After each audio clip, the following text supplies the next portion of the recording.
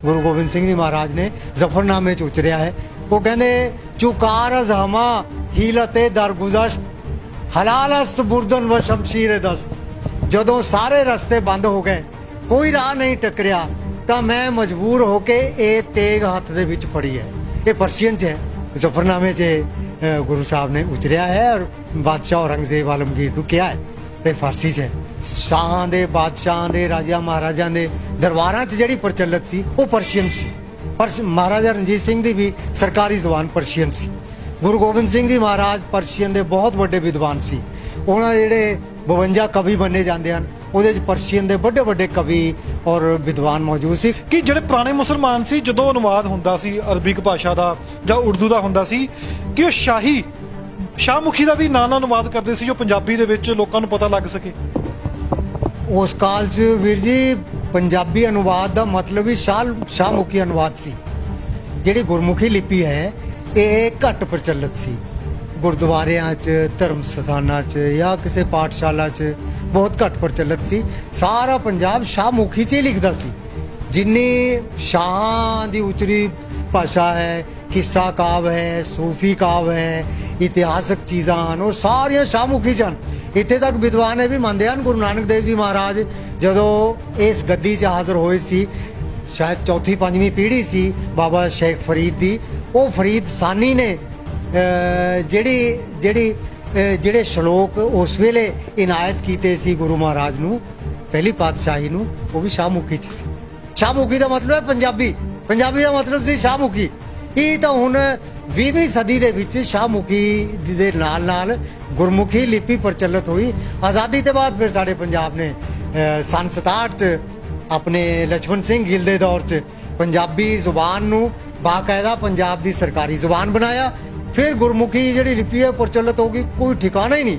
ਹੁਣ ਸਾਡਾ ਬੱਚਾ ਸਾਡਾ ਘਰ ਘਰ ਗੁਰਮੁਖੀ ਲਿਪੀ ਲਿਖ ਰਿਹਾ ਹੈ। ਲੇਕਿਨ ਜਿਹੜਾ ਲਹਿੰਦੇ ਪਾਰਲਾ ਪੰਜਾਬ ਹੈ ਉਹ ਗੁਰਮੁਖੀ ਲਿਪੀ ਬਹੁਤ ਘੱਟ ਜਾਣਦਾ, 1% ਵੀ ਨਹੀਂ ਜਾਣਦਾ।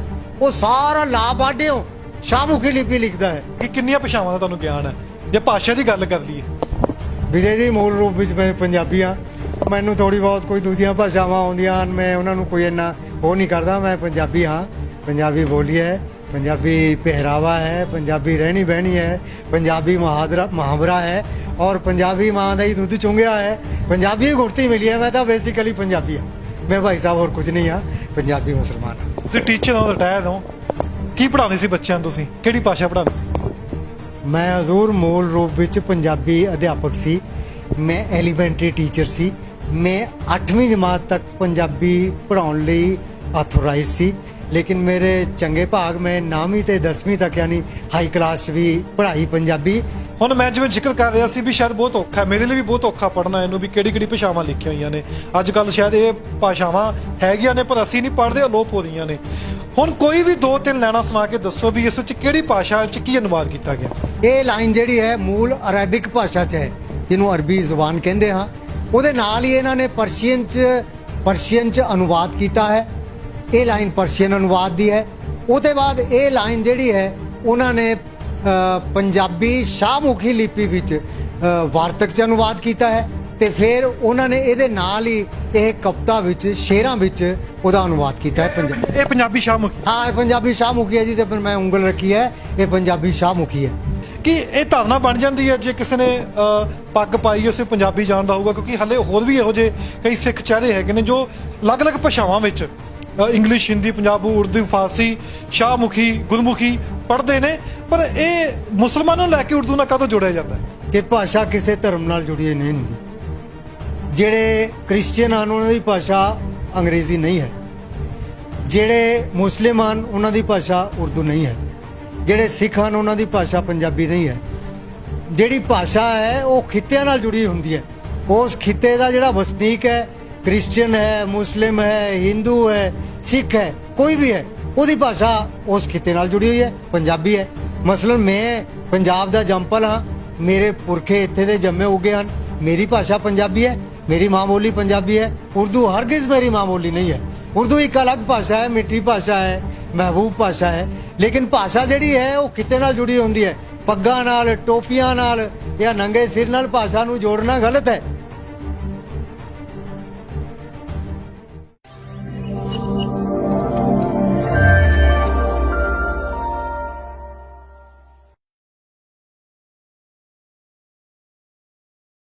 ਗੱਲ ਪਹਿਰਾਵੇ ਦੀ ਕਰੀਏ, ਜਦੋਂ ਵੀ ਕੋਈ ਸ਼ਖਸ ਤੁਹਾਡੇ ਸਾਹਮਣੇ ਆਉਂਦਾ ਹੈ, ਉਸਦੀ ਭਾਸ਼ਾ ਨੂੰ ਦੇਖ ਕੇ, ਜੋ ਉਸਦੇ ਪਹਿਰਾਵੇ ਨੂੰ ਦੇਖ ਕੇ ਅੰਦਾਜ਼ਾ ਲਗਾ ਲੈਂਦੇ ਆ ਉਹ ਕਿਸ ਚੀਜ਼ ਨਾਲ ਤਾਲੁਕਾਤ ਰੱਖਦਾ ਹੈ। ਹੁਣ ਇੱਕ ਜਹਨ ਵਿੱਚ ਬਣਿਆ ਹੈ, ਜੇ ਕਿਸੇ ਨੇ ਪੱਗ ਪਾਈ ਹੈ ਉਸ ਨੂੰ ਪੰਜਾਬੀ ਭਾਸ਼ਾ ਆਉਂਦੀ ਹੋਵੇਗੀ, ਜਾਂ ਕੋਈ ਵੀ ਆਪਾਂ ਮੁਸਲਮਾਨ ਦੇਖ ਲੈਂਦੇ ਆ, ਹਮੇਸ਼ਾ ਜਹਨ ਵਿੱਚ ਆਉਂਦਾ ਉਸ ਨੂੰ ਉਰਦੂ ਭਾਸ਼ਾ ਹੀ ਆਉਂਦੀ ਹੋਏਗੀ, ਜਾਂ ਫਾਰਸੀ ਆਉਂਦੀ ਹੋਏਗੀ, ਜਾਂ ਅਰਬਿਕ ਭਾਸ਼ਾ ਆਉਂਦੀ ਹੋਏਗੀ। ਹੁਣ ਤੁਹਾਡੀ ਮੁਲਾਕਾਤ ਕਰਵਾਵਾਂਗੇ ਕਿਹੋ ਜਿਹੇ ਸ਼ਖਸ ਦੇ ਨਾਲ ਜਿਨ੍ਹਾਂ ਨੇ, ਤੁਹਾਨੂੰ ਪਹਿਲਾਂ ਵੀ ਅਸੀਂ ਇੱਕ ਇੰਟਰਵਿਊ ਦਿਖਾਇਆ ਸੀ, ਉਰਦੂ ਤੋਂ ਪੰਜਾਬੀ ਭਾਸ਼ਾ ਦੇ ਵਿੱਚ ਅਨੁਵਾਦ ਕੀਤਾ ਸੀ ਕੁਰਾਨ ਸ਼ਰੀਫ ਨੂੰ। 20 ਸਾਲ ਲਗਭਗ ਉਹਨਾਂ ਨੂੰ ਲੱਗ ਗਏ ਸੀ। ਬਹੁਤ ਇਹੋ ਜਿਹੇ ਦੁਨੀਆ ਦੇ ਵਿਅਕਤੀ ਨੇ ਜਿਨ੍ਹਾਂ ਨੂੰ 10 15 20 ਭਾਸ਼ਾ ਆਉਂਦੀਆਂ ਹੋਣਗੀਆਂ, ਪਰ ਕੁਝ ਇਹੋ ਜਿਹੇ ਵੀ ਵਿਅਕਤੀ ਨੇ ਜੋ ਸਰਚ ਵਾਸਤੇ ਜਾਂ ਕੁਝ ਖੋਜਣ ਵਾਸਤੇ ਵੀ ਭਾਸ਼ਾਵਾਂ ਦਾ ਗਿਆਨ ਹਾਸਲ ਕਰਦੇ ਨੇ। ਸਾਡੇ ਨਾਲ ਰਮਜ਼ਾਨ ਸੈਦ ਮੌਜੂਦ ਨੇ ਜਿਨ੍ਹਾਂ ਨੇ ਕੁਰਾਨ ਸ਼ਰੀਫ ਤੋਂ ਪੰਜਾਬੀ ਅਨੁਵਾਦ ਕੀਤਾ ਸੀ। ਹੁਣ ਇੱਕ ਸਵਾਲ ਆ ਜਾਂਦਾ ਗੁਰਮੁਖੀ ਦਾ, ਗੁਰਮੁਖੀ ਭਾਸ਼ਾ ਜਿਸ ਨੂੰ ਪੰਜਾਬੀ ਭਾਸ਼ਾ 35 ਅੱਖਰ ਕਹਿੰਦੇ ਆ, ਤੇ ਦੂਸਰੇ ਪਾਸੇ ਸ਼ਾਹ ਗੁਰਮੁਖੀ ਦਾ ਵੀ ਜ਼ਿਕਰ ਆ ਜਾਂਦਾ ਹੈ। ਜਦੋਂ ਸ਼ਾਹ ਗੁਰਮੁਖੀ ਦਾ ਜ਼ਿਕਰ ਆਉਂਦਾ ਹੈ ਕਿ ਅਸੀਂ ਜੋ ਪੰਜਾਬ ਦੇ ਲੋਕ ਨੇ ਕਿ ਵਾਕਈ ਅਸੀਂ ਉਹਨੂੰ ਪੜ੍ਹ ਪਾਉਂਦੇ ਹਾਂ। ਮੇਰੇ ਕੋਲ ਇੱਕ ਕਿਤਾਬ ਹੈ ਜੋ ਤੁਸੀਂ ਸਕਰੀਨ ਉੱਤੇ ਦੇਖਦੇ ਹੋ। ਇਸ ਵਿੱਚ ਜੇ ਮੈਂ ਕਿਸੇ ਨੂੰ ਕਹਾਂ ਵੀ ਪੰਜਾਬੀ ਲੱਭ ਸਕਦੇ ਹੋ ਸ਼ਾਹਮੁਖੀ ਦੀ, ਤਾਂ ਸ਼ਾਇਦ ਬਹੁਤ ਔਖਾ ਹੋਊਗਾ। ਜੋ ਪੰਜਾਬ ਵਿੱਚ ਰਹਿੰਦੇ ਨੇ ਜਾਂ ਪੰਜਾਬੀ ਨੇ, ਕਈਆਂ ਨੂੰ ਤਾਂ ਅੰਦਾਜ਼ਾ ਹੋ ਗਿਆ ਹੋਊਗਾ ਜਾਂ ਕਈਆਂ ਨੂੰ ਪਤਾ ਲੱਗ ਗਿਆ ਹੋਊਗਾ ਇਸ ਵਿੱਚ ਕਿਹੜੀ ਭਾਸ਼ਾ ਸ਼ਾਹਮੁਖੀ ਲਿਖੀ ਹੈ। ਇਹ ਕਿਤਾਬ 3 ਭਾਸ਼ਾਵਾਂ ਵਿੱਚ ਹੈ ਜੋ ਤੁਸੀਂ ਇਸ ਸਮੇਂ ਦੇਖਦੇ ਹੋ। ਇਹ ਕਿਤਾਬ ਅਰਬਿਕ, ਫਾਰਸੀ ਤੇ ਸ਼ਾਹਮੁਖੀ ਵਿੱਚ ਹੈ, ਪੰਜਾਬੀ ਸ਼ਾਹਮੁਖੀ ਵਿੱਚ। ਤਾਂ ਹੁਣ ਕਿਹੜੀ ਲਾਈਨ ਪੰਜਾਬੀ ਸ਼ਾਹਮੁਖੀ ਵਿੱਚ ਹੈ ਇਸ ਨੂੰ ਜਾਣਨਾ ਔਖਾ ਹੈ ਜਿਸ ਨੂੰ ਸ਼ਾਹਮੁਖੀ ਨਹੀਂ ਆਉਂਦੀ। ਅੱਜ ਕੱਲ੍ਹ ਦੇ ਦੌਰ ਵਿੱਚ ਇੰਗਲਿਸ਼ ਤੇ ਜ਼ੋਰ ਪਾਇਆ ਜਾਂਦਾ, ਇਸ ਭਾਸ਼ਾਵਾਂ ਉੱਪਰ ਜ਼ੋਰ ਨਹੀਂ ਪਾਇਆ ਜਾਂਦਾ। ਜੇ ਪੁਰਾਣੀ ਮਹਾਰਾਜਿਆਂ ਦੀ ਵੀ ਗੱਲ ਕਰੀਏ ਜਾਂ ਗੱਲ ਉਸ ਦੌਰ ਦੀ ਵੀ ਕਰੀਏ ਜਦੋਂ ਜਫਰਨਾਮਾ ਲਿਖਿਆ ਜਾਂਦਾ, ਸ਼੍ਰੀ ਗੁਰੂ ਗੋਬਿੰਦ ਸਿੰਘ ਜੀ ਵੱਲੋਂ ਵੀ ਫਾਰਸੀ ਵਿੱਚ ਲਿਖਿਆ ਜਾਂਦਾ। ਮਹਾਰਾਜਾ ਰਣਜੀਤ ਸਿੰਘ ਦੇ ਕਾਲ ਦੀ ਗੱਲ ਕਰੀਏ, ਉਹਨਾਂ ਦਾ ਕੰਮ ਵੀ ਸ਼ਾਹੀ ਗੁਰਮੁਖੀ ਜਾਂ ਫਾਰਸੀ ਭਾਸ਼ਾ ਵਿੱਚ ਹੀ ਹੁੰਦਾ ਰਿਹਾ। ਅੱਜ ਕੱਲ੍ਹ 35 ਗੁਰਮੁਖੀ ਜੋ ਚੱਲੀ ਹੈ ਉਹ ਸਾਰੇ ਲੋਕਾਂ ਨੂੰ ਜਹਨ ਵਿੱਚ ਹੈਗੀ ਆ, ਲੋਕ ਉਹਨਾਂ ਨੂੰ ਬਖੂਬੀ ਜਾਣਦੇ ਨੇ, ਪੰਜਾਬੀ ਭਾਸ਼ਾ ਲਿਖਦੇ ਨੇ, ਪੜ੍ਹਦੇ ਨੇ। ਪਰ ਕੀ ਇਸ ਭਾਸ਼ਾਵਾਂ ਨੂੰ ਵੀ ਸਾਨੂੰ ਪੜ੍ਹਨਾ ਪੈਣਾ ਜੇ ਅਸੀਂ ਪਿੱਛੇ ਆਪਦੇ ਇਤਿਹਾਸ ਨੂੰ ਜਾਣਨਾ, ਕਿਉਂਕਿ ਕਈ ਕਿਤਾਬਾਂ ਇਹੋ ਜਿਹੀਆਂ ਵੀ ਨੇ ਜੋ ਪੰਜਾਬੀ ਜਾਂ ਇੰਗਲਿਸ਼ ਜਾਂ ਹਿੰਦੀ ਵਿੱਚ ਅਨੁਵਾਦ ਨਹੀਂ ਹੋਈਆਂ। ਤੇ ਸਾਡੇ ਨਾਲ ਰਮਜ਼ਾਨ ਸੈਦ ਨੇ, ਆਪਾਂ ਉਹਨਾਂ ਨਾਲ ਗੱਲਬਾਤ ਕਰਾਂਗੇ ਨੇ ਔਰ ਜਾਣਾਂਗੇ ਕਿ ਜਦੋਂ ਕਿਸੇ ਮੁਸਲਮਾਨ ਵਿਅਕਤੀ ਨੂੰ ਦੇਖਿਆ ਜਾਂਦਾ ਤਾਂ ਜਹਨ ਵਿੱਚ ਉਰਦੂ ਭਾਸ਼ਾ ਹੀ ਆ ਜਾਂਦੀ ਹੈ। ਕਿ ਕਿਤੇ ਨਾ ਕਿਤੇ ਕਈ ਇਹੋ ਜਿਹੇ ਮੁਸਲਮਾਨ ਵੀ ਨੇ ਜੋ ਪੰਜਾਬੀ ਭਾਸ਼ਾ ਦੇ ਨੇੜੇ ਨੇ ਜਾਂ ਪੰਜਾਬੀ ਭਾਸ਼ਾ ਉਹਨਾਂ ਨੇ ਪੜ੍ਹੀ, ਚਾਹੇ ਉਹ ਗੁਰਮੁਖੀ ਹੈ ਚਾਹੇ ਉਹ ਸ਼ਾਹੀ ਹੈ। ਤਾਂ ਗੱਲਬਾਤ ਕਰਾਂਗੇ। ਬਹੁਤ ਬਹੁਤ ਸਵਾਗਤ ਹੈ ਸਰ। ਸ਼ੁਕਰੀਆ ਜਨਾਬ, ਮਿਹਰਬਾਨੀ। ਪੰਜਾਬ ਨਿਊਜ਼ ਵਾਲਿਓ ਬਹੁਤ ਸ਼ੁਕਰੀਆ।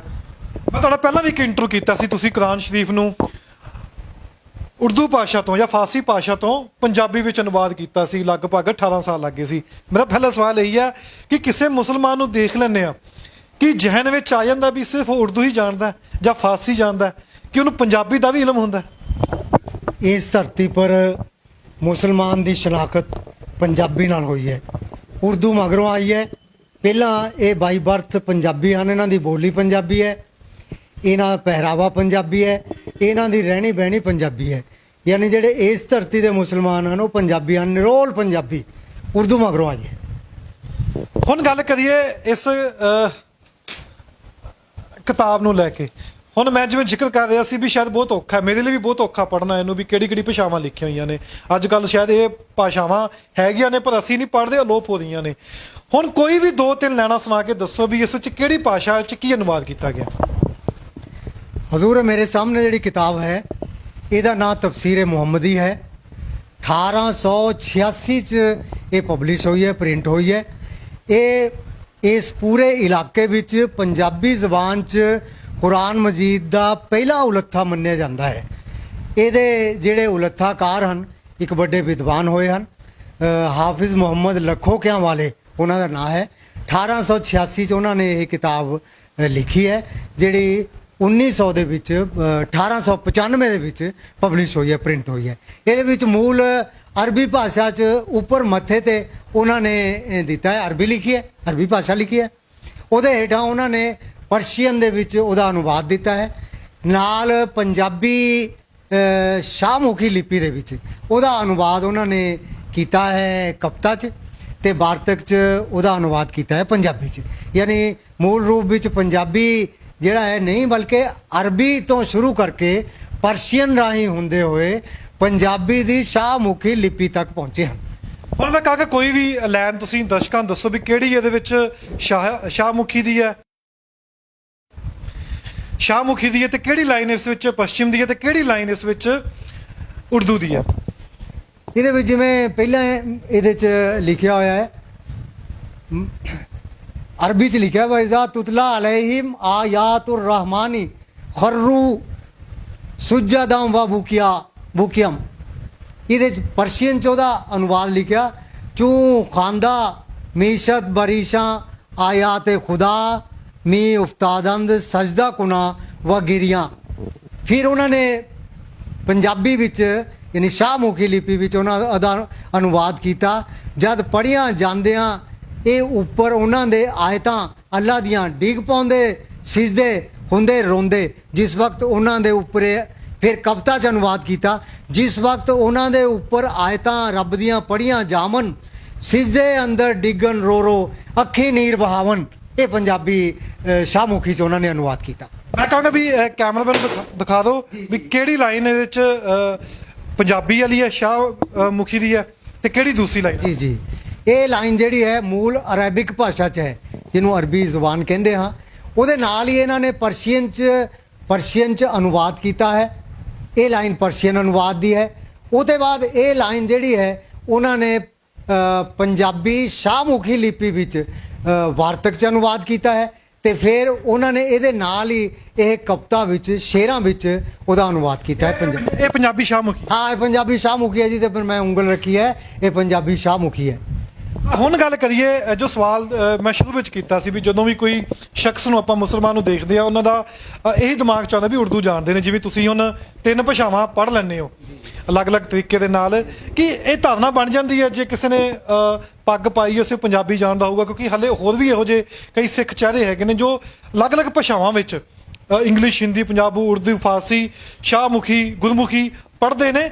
ਪਰ ਇਹ ਮੁਸਲਮਾਨਾਂ ਨੂੰ ਲੈ ਕੇ ਉਰਦੂ ਨਾਲ ਕਦੋਂ ਜੋੜਿਆ ਜਾਂਦਾ ਹੈ? ਭਾਸ਼ਾ ਪੰਜਾਬ ਨਿਊਜ਼ ਦੇ ਮਾਧਿਅਮ ਰਾਹੀਂ ਮੈਂ ਅਰਜ਼ ਕਰਦਾ ਹਾਂ ਕਿ ਭਾਸ਼ਾ ਕਿਸੇ ਧਰਮ ਨਾਲ ਜੁੜੀ ਨਹੀਂ ਹੁੰਦੀ। ਜਿਹੜੇ ਕ੍ਰਿਸਚੀਅਨ ਹਨ ਉਹਨਾਂ ਦੀ ਭਾਸ਼ਾ ਅੰਗਰੇਜ਼ੀ ਨਹੀਂ ਹੈ, ਜਿਹੜੇ ਮੁਸਲਿਮ ਹਨ ਉਹਨਾਂ ਦੀ ਭਾਸ਼ਾ ਉਰਦੂ ਨਹੀਂ ਹੈ, ਜਿਹੜੇ ਸਿੱਖ ਹਨ ਉਹਨਾਂ ਦੀ ਭਾਸ਼ਾ ਪੰਜਾਬੀ ਨਹੀਂ ਹੈ। ਜਿਹੜੀ ਭਾਸ਼ਾ ਹੈ ਉਹ ਖਿੱਤਿਆਂ ਨਾਲ ਜੁੜੀ ਹੁੰਦੀ ਹੈ। ਉਸ ਖਿੱਤੇ ਦਾ ਜਿਹੜਾ ਵਸਨੀਕ ਹੈ, ਕ੍ਰਿਸਚੀਅਨ ਹੈ, ਮੁਸਲਿਮ ਹੈ, ਹਿੰਦੂ ਹੈ, ਸਿੱਖ ਹੈ, ਕੋਈ ਵੀ ਹੈ, ਉਹਦੀ ਭਾਸ਼ਾ ਉਸ ਖਿੱਤੇ ਨਾਲ ਜੁੜੀ ਹੋਈ ਹੈ, ਪੰਜਾਬੀ ਹੈ। ਮਸਲਨ ਮੈਂ ਪੰਜਾਬ ਦਾ ਜੰਮਪਲ ਹਾਂ, ਮੇਰੇ ਪੁਰਖੇ ਇੱਥੇ ਦੇ ਜੰਮੇ ਉੱਗੇ ਹਨ, ਮੇਰੀ ਭਾਸ਼ਾ ਪੰਜਾਬੀ ਹੈ, ਮੇਰੀ ਮਾਂ ਬੋਲੀ ਪੰਜਾਬੀ ਹੈ। ਉਰਦੂ ਹਰਗਿਜ਼ ਮੇਰੀ ਮਾਂ ਬੋਲੀ ਨਹੀਂ ਹੈ। ਉਰਦੂ ਇੱਕ ਅਲੱਗ ਭਾਸ਼ਾ ਹੈ, ਮਿੱਠੀ ਭਾਸ਼ਾ ਹੈ, ਮਹਿਬੂਬ ਭਾਸ਼ਾ ਹੈ, ਲੇਕਿਨ ਭਾਸ਼ਾ ਜਿਹੜੀ ਹੈ ਉਹ ਖਿੱਤੇ ਨਾਲ ਜੁੜੀ ਹੁੰਦੀ ਹੈ। ਪੱਗਾਂ ਨਾਲ, ਟੋਪੀਆਂ ਨਾਲ ਜਾਂ ਨੰਗੇ ਸਿਰ ਨਾਲ ਭਾਸ਼ਾ ਨੂੰ ਜੋੜਨਾ ਗਲਤ ਹੈ। ਇਸੇ ਕਰਕੇ ਉਰਦੂ ਨੂੰ ਮੁਸਲਮਾਨਾਂ ਨਾਲ ਜੋੜ ਕੇ ਇਹਨੂੰ ਸਫੇ ਤੋਂ ਮਿਟਾਉਣ ਦੀਆਂ ਕੋਸ਼ਿਸ਼ਾਂ ਕੀਤੀਆਂ ਜਾਂਦੀਆਂ। ਮੁਸਲਮਾਨਾਂ ਦੀ ਭਾਸ਼ਾ ਹੈ, ਮੁਸਲਮਾਨਾਂ ਦੇ ਕੀ ਲੱਗਦੇ ਹਨ? ਇਹ ਤਾਂ ਭਾਰਤ ਦੀ ਭਾਸ਼ਾ ਹੈ, ਹਿੰਦੁਸਤਾਨ ਦੀ ਭਾਸ਼ਾ ਹੈ। ਪੰਜਾਬੀ ਸਾਡੀ ਪੰਜਾਬੀਆਂ ਦੀ ਭਾਸ਼ਾ ਹੈ। ਕਿਤੇ ਵੀ ਰਹਿੰਦੇ ਹਨ, ਮੁਸਲਿਮ ਹਨ, ਕਨਾਡਾ ਰਹਿੰਦੇ ਹਨ, UK ਰਹਿੰਦੇ ਹਨ, ਆਸਟ੍ਰੇਲੀਆ ਰਹਿੰਦੇ ਹਨ, ਜਿੱਥੇ ਵੀ ਰਹਿੰਦੇ ਹਨ ਪੰਜਾਬੀ, ਉਹ ਭਾਵੇਂ ਮੁਸਲਮਾਨ ਹਨ, ਸਿੱਖ ਹਨ, ਹਿੰਦੂ ਹਨ, ਉਹ ਸਭ ਦੀ ਭਾਸ਼ਾ ਪੰਜਾਬੀ ਹੈ। ਸਾਡੀ ਪੰਜਾਬੀ ਭਾਸ਼ਾ ਹੈ। ਹੁਣ ਤੁਸੀਂ ਜ਼ਫਰਨਾਮੇ ਦੀ ਵੀ ਗੱਲ ਕਰਦੇ ਸੀ ਵੀ ਫਾਰਸੀ ਭਾਸ਼ਾ ਵਿੱਚ ਲਿਖਿਆ ਗਿਆ, ਤੁਸੀਂ ਇੱਕ ਹੁਣ ਗੱਲ ਵੀ ਕਰਦੇ ਸੀ ਵੀ ਪੜ੍ਹਿਆ ਵੀ ਹੋਇਆ ਜ਼ਫਰਨਾਮਾ, ਜੇ ਕੋਈ ਵੀ ਉਸ 'ਚ ਕੋਈ ਤੁਹਾਨੂੰ ਕੋਈ ਯਾਦ ਹੋਵੇ। ਮੈਂ ਇਕੱਲਾ ਨਹੀਂ, ਪੰਜਾਬੀ ਵਾਲੇ, ਪੰਜਾਬੀ ਪਿਆਰੇ ਸਾਰੇ ਇੱਕ ਸ਼ੇਰ ਤੋਂ ਬਹੁਤ ਜਾਣੂ ਹਨ। ਉਹ ਸ਼ੇਰ ਬੜਾ ਮਕਬੂਲ ਹੋਇਆ ਹੈ। ਉਹ ਗੁਰੂ ਗੋਬਿੰਦ ਸਿੰਘ ਜੀ ਮਹਾਰਾਜ ਨੇ ਜ਼ਫਰਨਾਮੇ ਵਿੱਚ ਕੋਟ ਕੀਤਾ ਹੈ। ਉਹ ਬਾਦਸ਼ਾਹ ਔਰੰਗਜ਼ੇਬ ਨੂੰ ਉਹਦੀਆਂ ਫੌਜਾਂ ਦੇ ਜ਼ੁਲਮਾਂ ਦਾ ਇਜ਼ਹਾਰ ਕਰਦੇ ਹੋਏ ਉਹਦੇ 'ਚ ਕਿਹਾ ਹੈ ਵੀ ਮੈਂ ਇਸ ਰਸਤੇ ਆਪਣੇ ਜੀ ਦੀ ਖੁਸ਼ੀ ਨਾਲ ਨਹੀਂ ਤੁਰਿਆ, ਜਦ ਸਾਰੇ ਰਾਹ ਬੰਦ ਹੋ ਗਏ ਤਾਂ ਮੈਂ ਇਹ ਰਾਹ ਅਪਣਾਇਆ। ਉਹਨਾਂ ਨੇ ਫਰਮਾਇਆ, ਉਹ ਕਹਿੰਦੇ ਹਨ, ਫਾਰਸੀ ਦਾ ਸ਼ੇਰ ਹੈ, ਗੁਰੂ ਗੋਬਿੰਦ ਸਿੰਘ ਜੀ ਮਹਾਰਾਜ ਨੇ ਜ਼ਫਰਨਾਮੇ 'ਚ ਉਚਰਿਆ ਹੈ। ਉਹ ਕਹਿੰਦੇ, ਚੁਕਾਰ ਅਜ਼ ਹਮਾ ਹੀਲਤੇ ਦਰਗੁਜ਼ਸ਼ਤ ਹਲਾਲਸਤ ਬੁਰਦਨ ਵ ਸ਼ਮਸ਼ੀਰ ਦਸਤ। ਜਦੋਂ ਸਾਰੇ ਰਸਤੇ ਬੰਦ ਹੋ ਗਏ, ਕੋਈ ਰਾਹ ਨਹੀਂ ਟੱਕਰਿਆ, ਤਾਂ ਮੈਂ ਮਜਬੂਰ ਹੋ ਕੇ ਇਹ ਤੇਗ ਹੱਥ ਦੇ ਵਿੱਚ ਫੜੀ ਹੈ। ਇਹ ਪਰਸ਼ੀਅਨ 'ਚ ਹੈ, ਜ਼ਫਰਨਾਮੇ 'ਚ ਗੁਰੂ ਸਾਹਿਬ ਨੇ ਉਚਰਿਆ ਹੈ ਔਰ ਬਾਦਸ਼ਾਹ ਔਰੰਗਜ਼ੇਬ ਆਲਮਗੀਰ ਨੂੰ ਕਿਹਾ ਹੈ, ਤੇ ਫਾਰਸੀ 'ਚ ਹੈ। ਅੱਛਾ ਜੀ, ਹੁਣ ਪੁਰਾਣੀਆਂ ਭਾਸ਼ਾ ਦੀ ਗੱਲ ਕਰੀਏ ਜੀ, ਤੁਸੀਂ ਸ਼੍ਰੀ ਗੁਰੂ ਗੋਬਿੰਦ ਸਿੰਘ ਜੀ ਦੀ ਗੱਲ ਕੀਤੀ ਹੈ ਵੀ ਫਾਰਸੀ ਚ ਉਹਨਾਂ ਨੇ ਜਫਰਨਾਮਾ ਲਿਖਿਆ ਸੀ। ਮਹਾਰਾਜਾ ਰਣਜੀਤ ਸਿੰਘ ਦੇ ਵੇਲੇ ਦੀ ਗੱਲ ਕਰੀਏ, ਉਸ ਸਮੇਂ ਕਿਹੜੀ ਕਿਹੜੀ ਭਾਸ਼ਾਵਾਂ ਲਿਖੀਆਂ ਜਾਂਦੀਆਂ ਸਨ? ਮੇਨਲੀ ਪੰਜਾਬੀ ਭਾਸ਼ਾ ਬੋਲਚਾਲ ਚਾਹੁੰਦੀ ਸੀ, ਲੇਕਿਨ ਲਿਖਣ ਪੜ੍ਹਨ ਦੀ ਜਿਹੜੀ ਇਲਮੀ ਜ਼ੁਬਾਨ ਸੀ, ਲਿਟਰੇਰੀ ਜਿਹੜੀ ਲੈਂਗੁਏਜ ਕਹਿ ਸਕਦੇ ਹਾਂ, ਸ਼ਾਹਾਂ ਦੇ, ਬਾਦਸ਼ਾਹਾਂ ਦੇ, ਰਾਜਿਆਂ ਮਹਾਰਾਜਾਂ ਦੇ ਦਰਬਾਰਾਂ 'ਚ ਜਿਹੜੀ ਪ੍ਰਚਲਿਤ ਸੀ ਉਹ ਪਰਸ਼ੀਅਨ ਸੀ।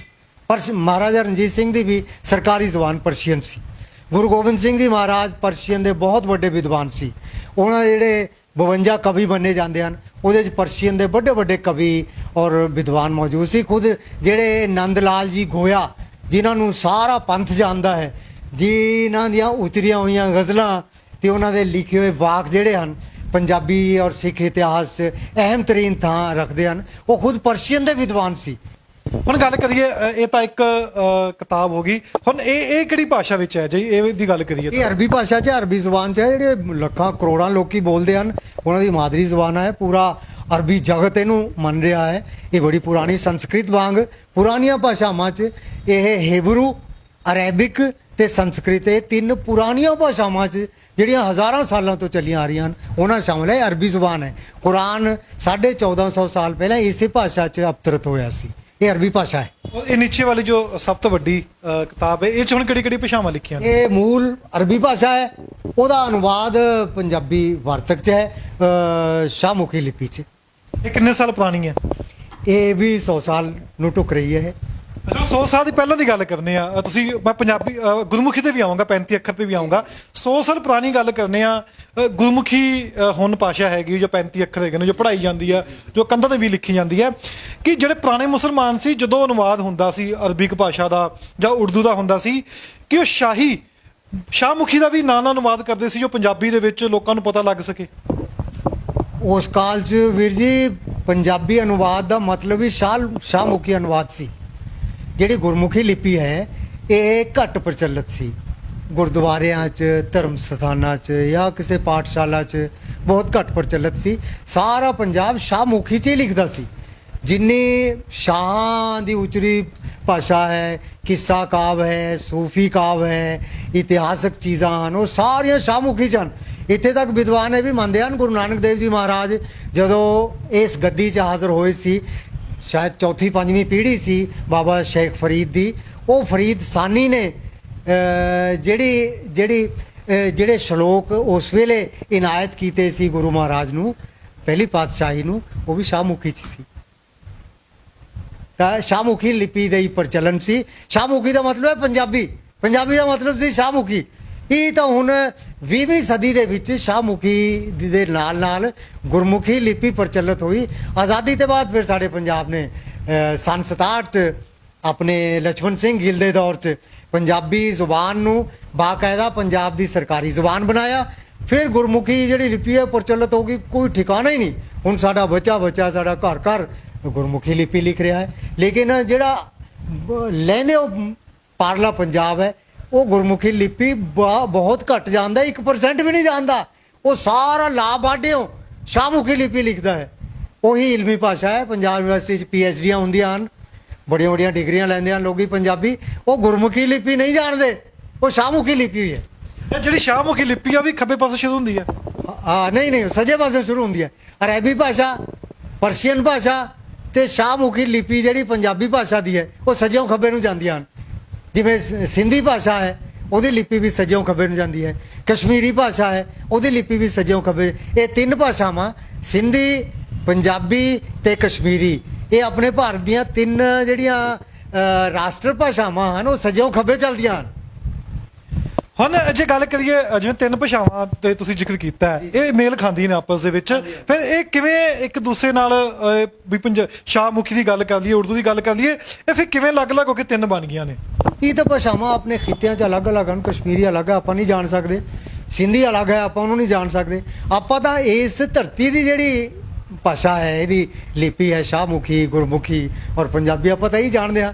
ਕਸ਼ਮੀਰੀ ਆਪਾਂ ਨਹੀਂ ਸਮਝ ਸਕਦੇ, ਸਿੰਧੀ ਆਪਣੇ ਪੱਲੇ ਨਹੀਂ ਪੈਣੀ, ਪੰਜਾਬੀ ਪੱਲੇ ਪਊ ਭਾਵੇਂ ਸ਼ਾਹਮੁਖੀ 'ਚ ਹੋਵੇ ਜਾਂ ਗੁਰਮੁਖੀ 'ਚ ਹੋਵੇ, ਉਹ ਸਾਡੇ ਦਿਲ ਦੀ ਆਵਾਜ਼ ਹੈ। ਮੈਂ ਤੁਹਾਨੂੰ ਇੱਕ ਕਿਤਾਬ ਪੁੱਛੀ, ਤੁਸੀਂ ਕਿਹਾ ਵੀ ਤੁਹਾਨੂੰ ਉਹ ਮਿਲਣੀ ਨਾ ਉਰਦੂ 'ਚ ਮਿਲਣੀ, ਨਾ ਪੰਜਾਬੀ 'ਚ ਮਿਲਣੀ, ਨਾ ਇੰਗਲਿਸ਼, ਨਾ ਹਿੰਦੀ ਵਿੱਚ। ਉਹ ਸ਼ਾਹਮੁਖੀ ਜਾਂ ਅਰਬਿਕ ਭਾਸ਼ਾ ਤੁਸੀਂ ਕਿਹਾ ਮਿਲੇਗੀ। ਫਿਰ ਲੱਗਦਾ ਵੀ ਸਾਨੂੰ ਜੇ ਇਤਿਹਾਸ ਦੀ ਕਿਤਾਬਾਂ ਲੈਣੀਆਂ ਹੋਣਗੀਆਂ ਜੋ ਨਹੀਂ ਕਨਵਰਟ ਹੋਈਆਂ, ਉਰਦੂ ਤੋਂ ਪੰਜਾਬੀ 'ਚ ਨਹੀਂ ਹੋਈਆਂ, ਜਾਂ ਸ਼ਾਹਮੁਖੀ 'ਚੋਂ ਪੰਜਾਬੀ 'ਚ ਨਹੀਂ ਹੋਈਆਂ, ਜਾਂ ਹਿੰਦੀ 'ਚ ਜਾਂ ਇੰਗਲਿਸ਼ 'ਚ ਨਹੀਂ ਹੋਈਆਂ, ਤਾਂ ਇਹ ਵੀ ਜਾਣਨਾ ਜ਼ਰੂਰੀ ਹੈ। ਸਾਡੀ ਭਾਸ਼ਾਵਾਂ ਦਾ ਇਹਦਾ ਵੀ ਗਿਆਨ ਹੋਣਾ ਚਾਹੀਦਾ ਜੇ ਆਪਾਂ ਅੱਗੇ ਜਾ ਕੇ ਇਤਿਹਾਸ ਨੂੰ ਪੜ੍ਹਨਾ ਚਾਹੁੰਦੇ ਆ ਜਾਂ ਹੋਰ ਖੋਜਣਾ ਚਾਹੁੰਦੇ ਆ। ਹਾਂ, ਭਾਸ਼ਾਵਾਂ ਦੇ ਜਿਹੜੇ ਬਾਕਾਇਦਾ ਵਿਭਾਗ ਬਣੇ ਹੋਏ ਹਨ। ਪੰਜਾਬੀ ਯੂਨੀਵਰਸਿਟੀ ਦੀ ਤਾਂ ਉਪਜ ਹੀ ਪੰਜਾਬੀ ਭਾਸ਼ਾ ਤੇ ਇਸ ਸੱਭਿਆਚਾਰ ਨੂੰ ਪ੍ਰਫੁੱਲਤ ਕਰਨ ਲਈ ਹੋਈ ਹੈ। ਇਸੇ ਤਰ੍ਹਾਂ ਗੁਰੂ ਨਾਨਕ ਦੇਵ ਯੂਨੀਵਰਸਿਟੀ 'ਚ ਜਿਹੜਾ ਪੰਜਾਬੀ ਵਿਭਾਗ ਹੈ ਉਹਦੇ 'ਚ ਬਾਕਾਇਦਾ ਇੱਕ ਸ਼ਾਹਮੁਖੀ ਸੈਕਸ਼ਨ ਹੈ, ਜਿਹਦੇ